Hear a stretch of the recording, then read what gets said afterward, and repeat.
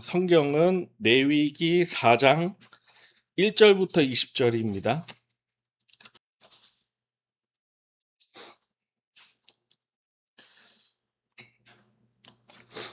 본문이 기니까 제가 몇 절만 같이 보겠습니다. 자, 4장 1절입니다. 여호와께서 모세에게 일러 가라사대 이스라엘 자손에게 고하여 이르라 누구든지 여호와의 금령 중 하나라도 그릇 범하였으되, 여기까지 읽고요. 그 다음에 자 22절 읽겠습니다. 만일 족장이 그 하나님 여호와의 금령 중 하나라도 부지 중에 범하여 허물이 있었다가 그 범한 죄에 깨우침을 받거든 그는 흠없는 수염소를 예물로 가져다가. 자 여기까지만 읽겠습니다. 저희가 수요일 그 레위기를 같이 보고 있잖아요. 근데 지금 저희가 보는 부분이 속죄제를 봤어요. 속죄제. 그래서 제가 속죄제를 인터넷에 이제 검색을 해보니까 이제 속죄제로 검색하지 않고 구약의 5대 제사 이렇게 하니까 딱 나오더라고요. 그래서 제가 그 표현을 한번 읽어보겠습니다. 구약 성경 레위기에 나오는 5대 제사는 번제, 소제, 화목제, 속죄제, 속건제입니다. 이 제사들은 하나님과 백성 사이의 관계를 회복하고 감사를 표현하는 중요한 예배의 방식입니다. 이렇게 나옵니다. 그러면서 각각의 제사의 의미와 특징들이 나왔는데 그 중에 제가 속죄제에 대해서 한번 읽어드릴게요. 속죄제의 의미 하면서 부지 중에 그리고 가로치고 알지 못하고 가로 닫고 지은 죄를 씻기 위한 제사 이렇게 나왔어요. 부지 중에 지은 죄를 씻기 위한 제사 이렇게 나오더라고요. 속건제는 하나님의 성물을 범하거나 이웃에게 금전적, 물리적 손해를 입혔을 때 배상과 함께 드리는 제사. 예. 그러면서 특징에 손해에 대한 배상, 원금의 5분의 1이 더해진다고 이렇게 적혀 있습니다. 제가 이 레위기 강의에서 속죄제를 같이 목사님 설교를 들으면서 저희가 같이 함께 나누고 싶은 생각이 들어가지고 이 본문을 읽은 거예요. 그 중에 뭐가 제 마음에 들어왔냐면 부지 중에 지은 죄라는 것이 나온 거예요. 부지 중에 지은 죄. 그러니까 부지 중에 지은 죄라는 것은 알지 못하고 지은 죄. 그러니까 알지 못하고 지은 죄가 있고 또 반대의 죄가 있는데 그러면은 알고 지은 죄. 뭐 고의적으로 지었거나 의도적으로 죄를 지었거나 했던 죄를 고범죄라고 이제 성경에서 말씀하고 있다고 저희가 다 그 수요 강의 시간에 들었잖아요. 그래서 그 부지 중에 지은 죄를 성경에서 한번 찾아봤습니다. 그래서 신명기 4장 40절을 한번 볼게요.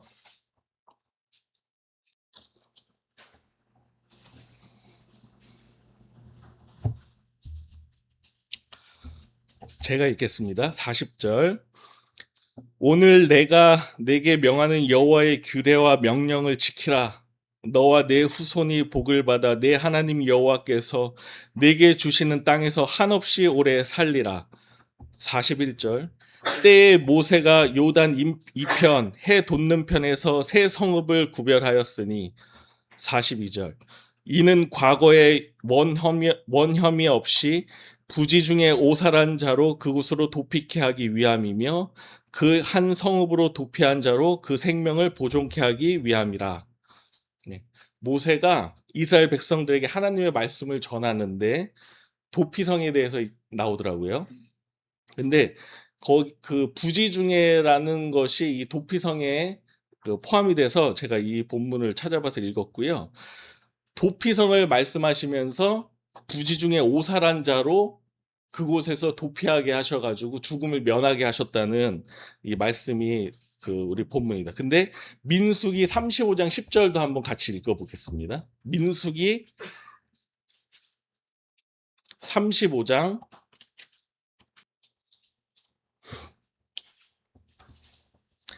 10절입니다. 제가 같이 읽게요. 제가 읽겠습니다. 이스라엘 자손에게 말하여 그들에게 이르라. 너희가 요단강을 건너 가나안 땅에 들어가거든. 11절. 너희를 위하여 성읍을 도피성으로 정하여 부지 중에 살인한 자가 그리로 피하게 하라. 12절. 이는 너희가 복수할 자에게서 도피하는 성을 삼아 살인자가 회중 앞에 서서 판결을 받기까지 죽지 않게 하기 위함이니라. 그 다음에 그러면서 15절 하반절에 보시면 부지 중에 살인한 모든 자가 그리로 도피할 수 있으리라 이렇게 적혀 있죠. 그래서 여호와가 모세에게 말씀을 하셨는데 이스라엘 자손에게 너희가 요단을 가서 해야 할 일을 말씀하신 거예요. 근데 가장 먼저 나온 말씀이 성읍을 삼아가지고 도피성을 마련하라는 거예요. 그러니까 이게 처음 가나안 땅에 들어가서 이스라엘 백성이 해야 할 일 중에 첫 번째 일이 도피성입니다. 그러니까 이만큼 하나님의 그 뜻에는 얼마나 중요한지가 우리가 알 수 있는 거예요. 그러면서 살인한 자가 피할 수 있게 하라 하신 거예요. 그 다음에 12절 하반절에 도피하는 성을 삼아 살인자가 회중 앞에 서서 판결을 받기까지 죽지 않게 하기 위함이라고 말씀하셨습니다. 가장 먼저 말씀하신 게 어쩜 보면 가장 중요할 수 있잖아요. 근데 그게 도피성이었고 도피성은 하나님의 백성이 그릇 살인한 자, 그러니까 부지 중에 살인한 자가 죽지 않게 하기 위한 하나님의 방법이라는 것이 이제 성경이 나왔어요.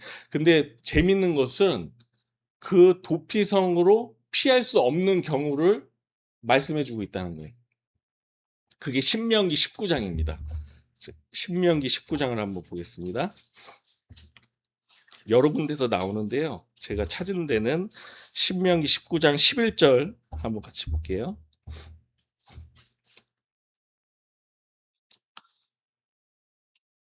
제가 한번 읽어보겠습니다.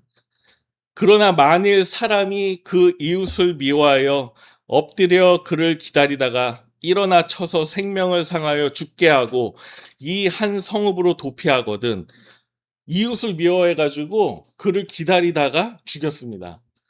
근데 이런 경우에는 계획적이고 고의적인 고범죄가 되는 거예요. 부지 중에 지은 죄가 아니잖아요. 계획적이고 의도적인 살인이잖아요. 근데 이 사람이 도피성으로 도망쳤어요. 그리고 12절에 그 본 성읍 장로들이 사람을 보내어 그를 거기서 잡아다가 보수자의 손에 넘겨 죽이게 할 것이라. 13절 내 눈이 그를 긍휼히 보지 말고 무죄한 피 흘린 죄를 이스라엘에서 제하라. 그리하면 내게 복이 있으리라. 그가 도피성으로 피했는데 사람을 보내서 끌어내서 죽이라고 말씀하시는 거예요. 근데 그것이 이스라엘에서 제해지고 그것이 내게 복이 된다. 이렇게 말씀하시죠. 하나님께서 이스라엘 백성이 가나안 땅에 들어가서 가장 먼저 해야 할 일을 도피성으로 말씀하셨는데 그 도피성에 들어가도 심판을 피하지 못하는 경우가 있다는 겁니다. 이게 어떻게 보면은 도피성으로 피하는 것 자체가 참 감사한 일인데 엄격한 말씀이 같이 있는 거예요. 피하더라도 죽음을 면치 못하는 경우. 그래서 민수기 35장에 보면은 그 세세한 예를 다시 한번 들어주시는데 그 16절입니다. 제가 왔다 갔다 많이 하죠. 네. 35장 16절 뭐 제가 다 읽지는 않고요. 그러니까 여기서 그 세세하게 고범죄, 그러니까 알고 지은 죄, 계획적이고 고의적이고 의도적인 죄에 대한 것을 예로 드는 거예요. 그 16절에 보면 만일 철 연장으로 사람을 쳐 죽이면 뭐 이런 게 있고요. 17절 돌을 들어 쳐 죽이고 18절 나무 연장을 들여 쳐 죽이고 20절 미워하는 까닭에 밀쳐 죽이거나 기회를 엿보아 무엇을 던져 죽이거나 근데 21절 악의를 가지고 쳐 죽이면 그다음에 쭉 넘어가세요. 31절 보면은 이게 답이 나오죠. 고의로 살인죄를 범한 살인자는 생명의 속전을 받지 말고 반드시 죽일 것이며 이게 용서를 받지 못한다는 거잖아요.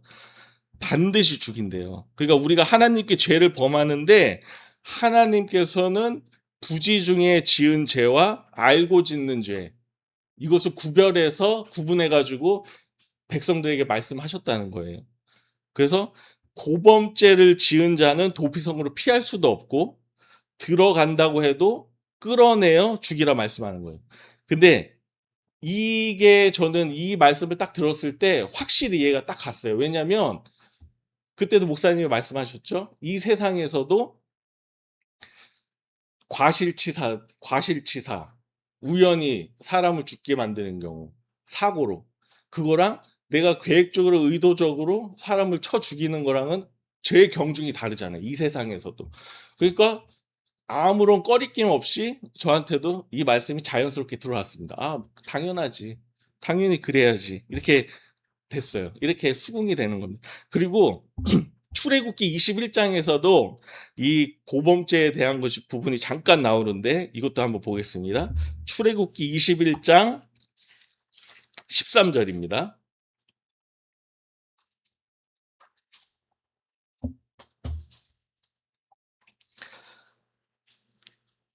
이게 쪼끔 더 분명한 말씀이라고 할까요? 이게 보이더라고요. 13 절. 만일 사람이 계획함이 아니라 나 하나님이 사람을 그 손에 붙임이면 내가 위하여 한 곳을 정하리니 그 사람이 그리로 도망할 것이며 이게 도피성을 말씀하시는 거잖아요. 14절 사람이 그 이웃을 짐짓 모살하였으면 너는 그를 내 단에서라도 잡아내려 죽일지니라. 여기서 단에서라도 잡아내어 죽인다고 나오는 거예요. 그러니까 이스라엘 백성에게 이 단이라는 것은 죄를 용서받는 곳인데 죄를 용서해 주시는 그곳에 있더라도 여기서는 끌어내서 죽여라. 이 엄격한 말씀으로 들리는 거예요, 이게. 죄를 용서해 주시는 단이라는 곳이 죄를 용서해 주시는 곳인데 그곳에서라도 끌어내서 죽여라. 어떤 사람은 고범죄를 지은 사람. 하나님의 기준을 볼 수가 있잖아요. 이게 공의의 기준. 고의로 살인한 자, 계획적으로 살인한 자는 반드시 심판당한다는 것을 우리가 이 말씀을 통해서 볼 수 있잖아요. 근데 제가 왜 이 말씀이 제 마음에 와닿냐면 이 말씀이 저에게 와닿은 적이 있었기 때문에 제가 이거를 말씀을 드리는 건데 예전에 제가 그때도 말씀을 하면서 내가 하나님을 안다고 하나님을 잘 믿고 있다고 생각했을 때 하나님 앞에서 범죄했다고 그랬잖아요. 그래서 그 히브리서 말씀을 들면서 한 번 비침을 얻고 하늘의 은사를 뭐 맛보고 뭐 내세의 능력을 맛보고 그죠? 타락한 자는 이 하면서 제가 그 말씀 때문에 절망한 적이 있었다고 그랬었어요. 기억하실지 모르겠는데 그 말씀이 저는 고범죄를 지은 자로 여겼기 때문에 왜냐하면 하나님을 안다고 생각했기 때문에 하나님을 아는 자가 죄를 지으면 고범죄가 되잖아요. 고범죄. 그래서 이 성령 회방죄구나 이게. 그래서 나는 구원받을 수 없다. 그렇게 생각한 적이 있었다고 제가 말씀드린 적이 있었어요. 근데 지난주에 목사님께서 다윗의 얘기를 하셨죠. 다윗을 말씀하시면서 시편 말씀을 인용하시면서 그 고범죄 그 부분을 우리가 같이 봤잖아요. 그게 19편입니다. 시편 19편 13절이죠.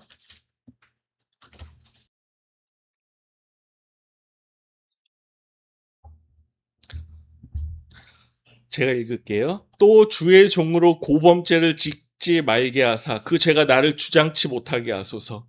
그리하시면 내가 정직하여 큰 죄가에서 벗어나겠나이다. 다윗이 그 다윗을 말씀하시면서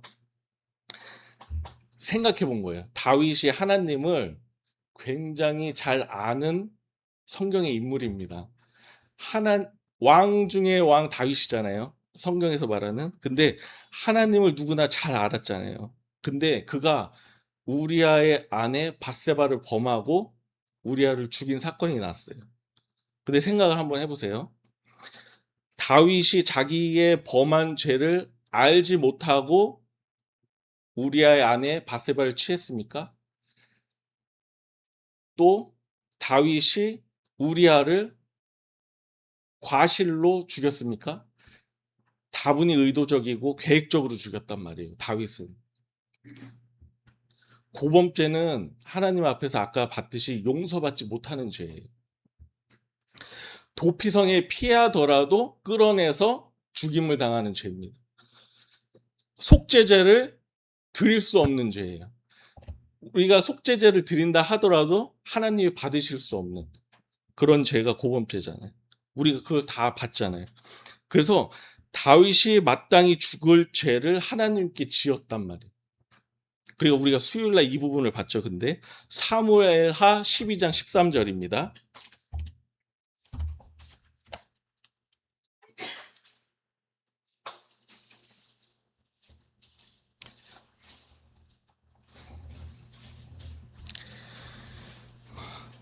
제가 읽을게요. 다윗이 나단에게 이르되 내가 여호와께 죄를 범하였노라 하매 나단이 다윗에게 대답하되 여호와께서도 당신의 죄를 사하셨나니 당신이 죽지 아니하려니와. 여기까지 읽겠습니다. 하나님이 다윗의 죄를 사하시는 거예요.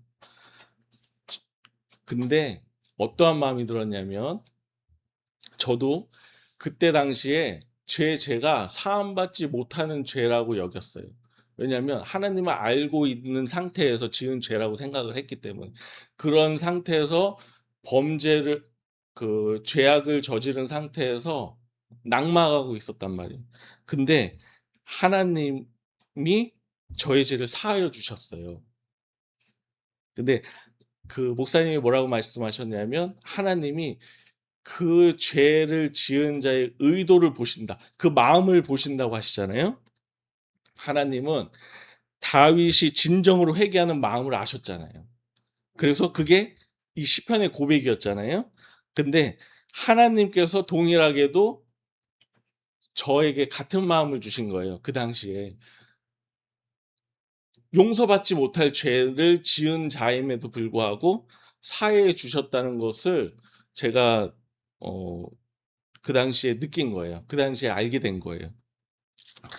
그래서 죽어 마땅한 자가 내가 분명히 맞는데 하나님이 나의 죄가를 고범죄로 여겨주신 게 아니고 부지 중에 죽인 살인죄로 나를 여겨주신 거예요.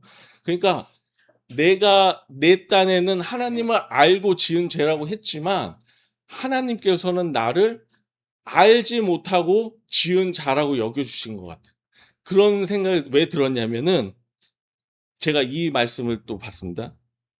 예수님이 십자가에 돌아가실 때 기도를 하십니다. 그 누가복음에 나오는데 제가 34절이에요. 23장 34절 제가 읽을게요. 이에 예수께서 가라사대 아버지여 저희를 사하여 주옵소서 자기의 하는 것을 알지 못함이니이다. 예수님이 십자가에서 우리를 위해서 기도하시는데 우리가 알지 못해서 지은 죄라고 고백하시는 거예요. 기도하시는 거예요. 우리를 위해서. 우리 모든 자들을 위해서. 내가 이같이 하나님 앞에 패역한 자, 용서받지 못할 자가 분명한데 하나님께서 예수 그리스도를 담당시켜서 나의 죄를 그에게 담당시키셔서 예수님께서 하나님께 간구하셨잖아요. 저들의 죄를 사하여 주옵소서 자기의 하는 것을 알지 못하니이다. 알지 못하고 지었다고 하나님께 예수님이 기도하는 거예요. 우리를 위해서. 근데 더 중요한 것은 예수님이 우리를 위해서 기도를 하셨는데 그 뒤에 구절을 보면은 예수님이 우리가 그냥 마냥 알지 못하는 자로 부르신 게 아니라 이제는 아는 자로 우리를 불러주셨다는 것을 나타내 보이시는 거예요. 이게 뭐냐면 누가복음 24장입니다. 제가 이거는 같이 볼게요.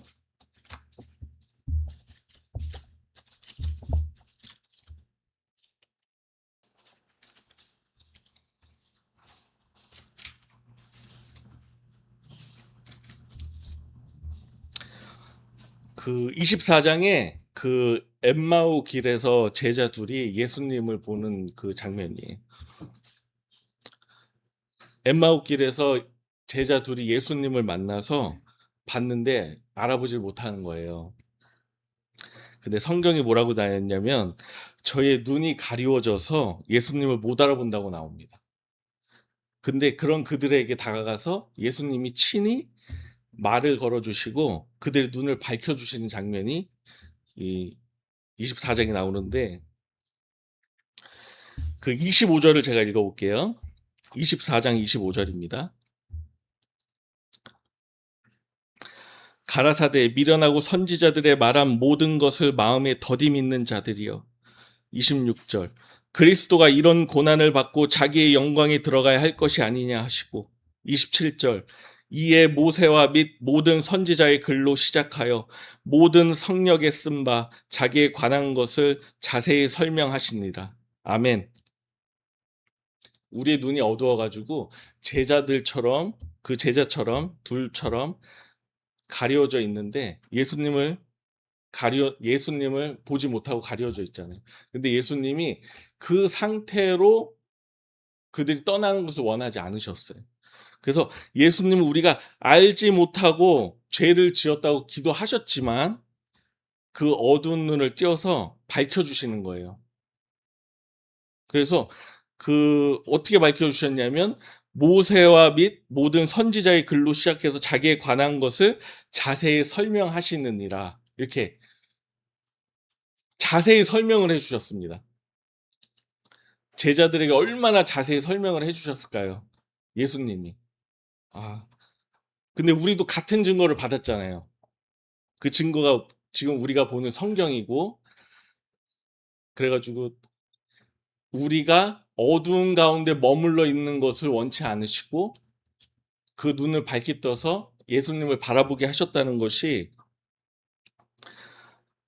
얼마나 감사합니까? 그죠? 예. 그러면서 제가 또 생각이 난 게 이 말씀도 하셨어요. 가늠하다 잡힌 여인. 가늠하다 잡힌 여인이 그 예수님이 그 모든 죄를 사하여 주시고 그다음에 하신 말씀이 "다시는 죄를 짓지 말라." 이렇게 말씀하셨잖아요. 근데 가늠하다 잡힌 여인을 보세요.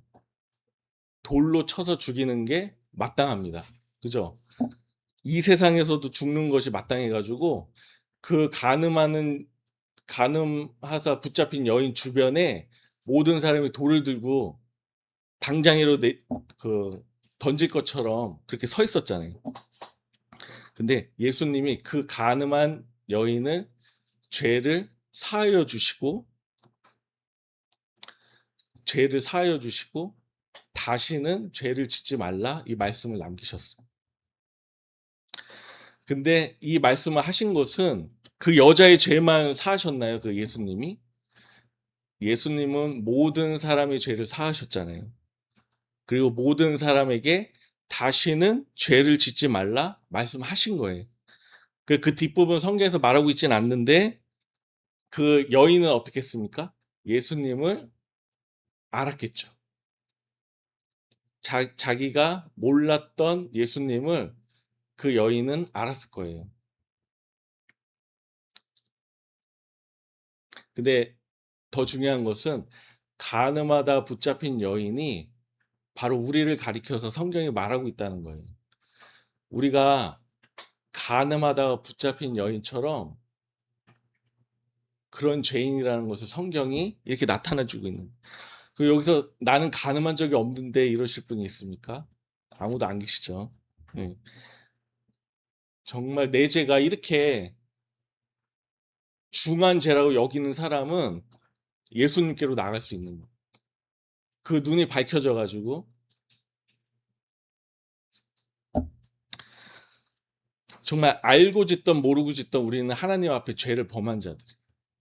정말 그런 우리를 위해서 하나님은 도피성을 예비하셨고 우리가 그분께 속죄제를 드릴 수 있고 그분께 예배를 올릴 수 있도록 우리를 용서해 주셨어요. 그러니까 우리를 알지 못하는 자에서 이제는 예수 그리스도를 아는 자로 불러 주시고 여겨 주셨다는 거예요. 우리가 이러한 그 은혜를 받은 자입니다, 우리가. 정말로. 우리가 어떻게 보면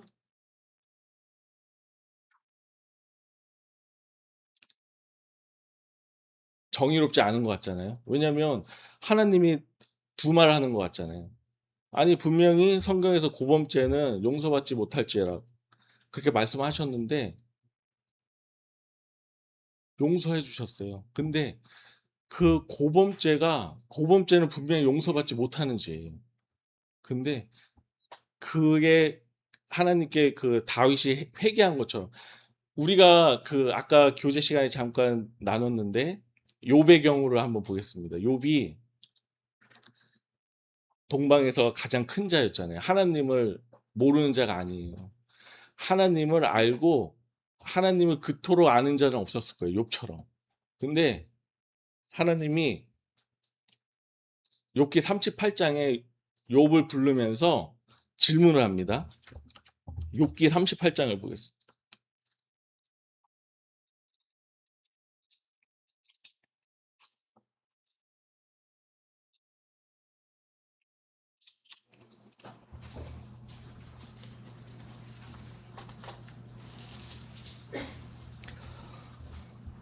제가 읽어볼게요. 그때 여호와께서 폭풍 가운데로서 욥에게 말씀하여 가라사대 무지한 말로 이치를 어둡게 하는 자가 누구냐 너는 대장부처럼 허리를 묶고 내가 네게 묻는 것을 대답할지니라.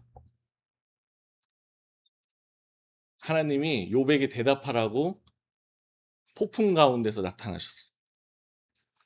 근데 하나님이 묻는 그 질문을 한번 들어보면은 내가 땅에 기초를 놓을 때에 네가 어디 있었느냐? 내가 깨달아 알았거든 말할지니라. 욥이 말할 수 있습니까? 이걸 어느 누가 말할 수 있을까요? 하나님 앞에서 욥은 하나님을 아는 자인 줄 알았어요. 본인이요. 자신이 하나님을 잘 아는 자로 여겼다고. 근데 하나님이 이 질문 하나하나를 할 때마다 욥이 깨어지는 게 보이는데 42장입니다. 욥의 회개가 나오죠. 욥이 여호와께 대답하여 가로되 주께서는 무소불능하시오며 무슨 경영이든지 못 이루실 것이 없는 줄 아오니 무지한 말로 이치를 가리우는 자가 누구니까 내가 스스로 깨달을 수 없는 일을 말하였고 스스로 알 수 없고 헤아리기 어려운 일을 말하였나이다. 욥이 하나님 앞에 이 회개를 하는데 무지한 말로 이치를 가리운 자가 자기라는 거예요. 내가 이렇게 하나님을 모르는 자입니다. 이걸 깨닫게 하셨다는 거예요. 하나님이 욥한테. 내가 스스로 깨달을 수 없는 일을 말하였대요. 헤아리기 어려운 일을 말하였고 그러니까 욥은 자기가 고백을 하는데 하나님을 알지 못하였다고 고백을 합니다. 우리가 욥을 하면은 누구보다 하나님을 아는 자로 여겼는데 하나님이 욥에게서 이러한 대답을 끄집어내신 거예요. 그러니까 욥은 하나님이 알지 못하는 것을 깨달은 거예요. 근데 그 깨닫게 하신 분이 하나님이시라는 거예요. 우리도 하나님을 알았다 생각했습니다. 정말 알았다고 생각한 적 있잖아요. 근데 하나님이 그때 이러한 질문을 우리에게 넣어 주실 거예요. 그러면 우리가 정직하게 반응해서 이 질문에 답을 한다면 하나님께서 깨닫게 해 주실 거예요. 왜냐면 하나님이 알지 못하는 알지 인제 "네가 깨닫지 못했다. 네가 알지 못하는 자다." 이렇게. 아까 오전 설교 때도 우리가 시편 23편 말씀을 들었잖아요. 어 정말 시편 23편이면은 가장 좋아하는 말씀 중에 하나 아닙니까 우리가? 근데 그 말씀을 들으면서 생각이 나는 거예요. 얼마나 어려웠을까 정말로. 왜 힘든 것을 이해하지 못하셨다고 그랬잖아요 사모님이. 그 힘든 것을 겪었는데 나에게 이러한 일이 있는지 알지 못했다고 그랬어요. 그런데 그 공원을 도시면서 말씀을 생각나게 하신 거예요. 하나님이 그 말씀을 생각나게 하셨잖아요. "여호와는 나의 목자시니 내가 부족함이 없으리." 이 말씀이 생각나게 하셨어요. 근데 하나님 그 사모님의 고백에서 뭐라고 했냐면 목사님을 통해서 겸손함 이런 것들을 깨닫게 하신다고 나를 치셨다. 이런 것들을 사모님 입에서 고백하게 하셨거든요. 이게 욥과 같은 것 같은 거예요. 하나님이 욥을 얼마나 사랑하셨을까. 근데 동일하게도 우리 사모님을 얼마나 사랑하셨을까가 이게 보이더라고요. 저는 그게 느껴졌거든요. 그래서 이것을 마지막으로 제 어 예레미야 애가입니다. 예레미야 애가 3장 말씀입니다. 3장 21 절이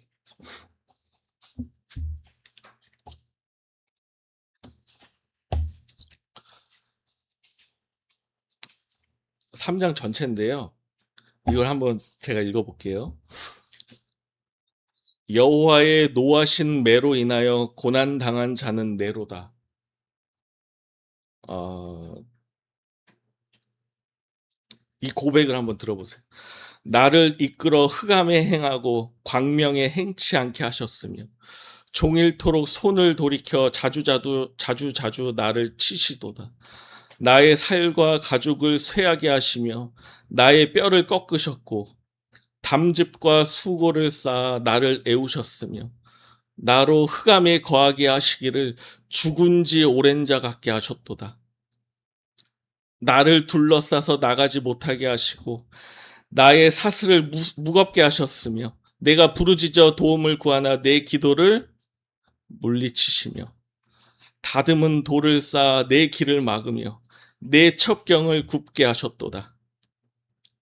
저는 내게 대하여 엎드려 기다리는 곰과 은밀한 곳의 사자 같으나 나의 길로 치우치게 하시며 내 몸을 찢으시며 나로 적막하게 하셨도다. 활을 당기고 나로 관역을 삼으시며 전동의 살로 내 허리를 맞추셨도다. 나는 내 모든 백성에게 조롱거리 곧 종일토록 그들의 노랫거리가 되었도다. 나를 쓴 것으로 배불리시고 쑥으로 취하게 하셨으며 조약도로 내 이를 꺾으시고 죄로 나를 덮으셨도다. 주께서 내 심령으로 평강을 멀리 떠나게 하시니 내가 복을 잃어버렸으며 스스로 이르기를 나의 힘과 여호와께 대한 내 소망이 끊어졌다 하였도다. 내 고초와 재난 곧 습과 담즙을 기억하소서. 내 심령이 그것을 기억하고 낙심이 되오나 이게 얼마나 철저합니까? 이게 처절하잖아요. 이것을 우리가 경험했잖아요. 우리 교회에서 이 상황이 그대로 겪으신 분이 계시잖아요. 저는 사모님이 딱 생각이 났어요. 사모님의 상황이에요, 완전히. 그죠? 근데 오늘 시편 23편을 간증하면서 이 소망이 드러나는 게 21절에 나오죠. 중심에 회상한즉 오히려 소망이 있사옴은 하면서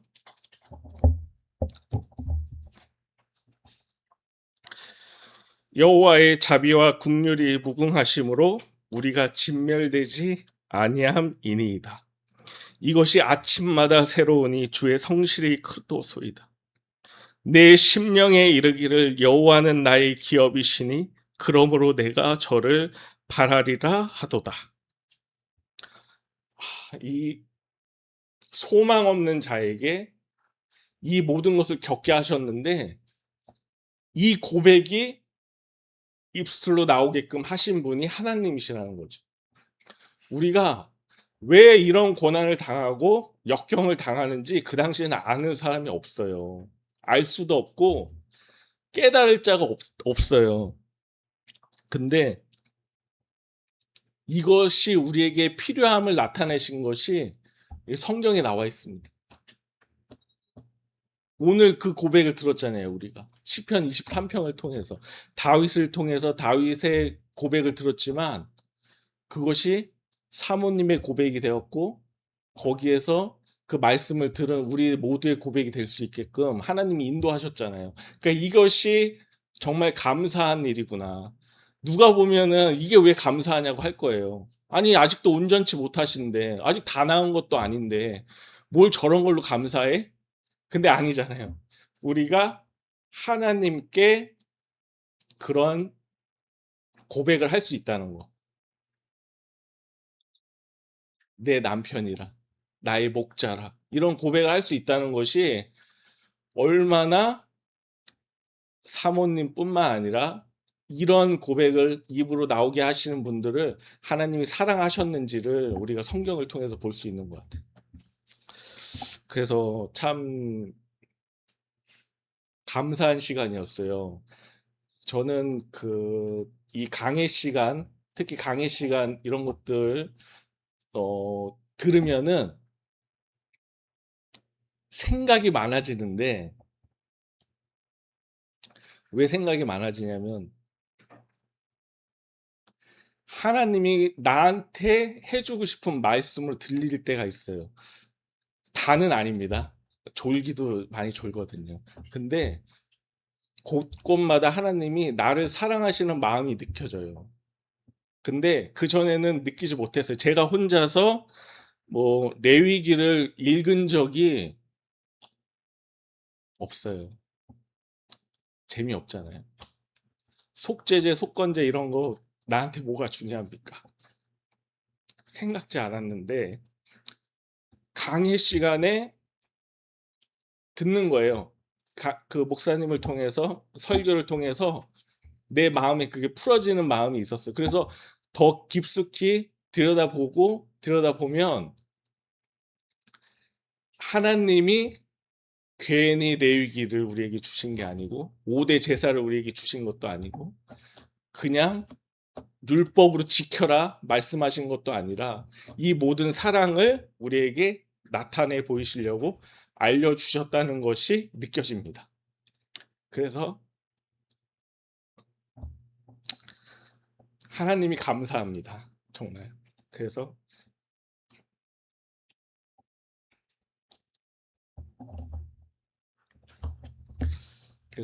우리도 이 모든 것을 우리가 헤아릴 수는 없지만 또 이 욥과 같은 고난과 역경을 우리가 다 겪은 건 아니지만 이들을 통해서 우리에게 말씀을 주셨다는 것이 너무 감사한 거예요. 우리 아직 그런 고난을 겪진 않았지만 겪으신 분들도 계셔요. 근데 더 사랑하실까요? 하나님이 동일하게 사랑하십니다. 겪었든 겪지 않았든 그분을 통해서 하나님이 나타내시는 것이 어, 성경에 나와 있잖아요. 네, 기도하고 마치겠습니다. 하나님 감사합니다. 하나님의 은혜가 아니면 우리는 살아남지 못하는 자들입니다. 하나님은 우리의 죄짐을 그의 아들에게 담당시키셨습니다. 우리가 알고 지었던 모르고 지었던 이 시간 하나님 앞에 죄인임을 고백합니다.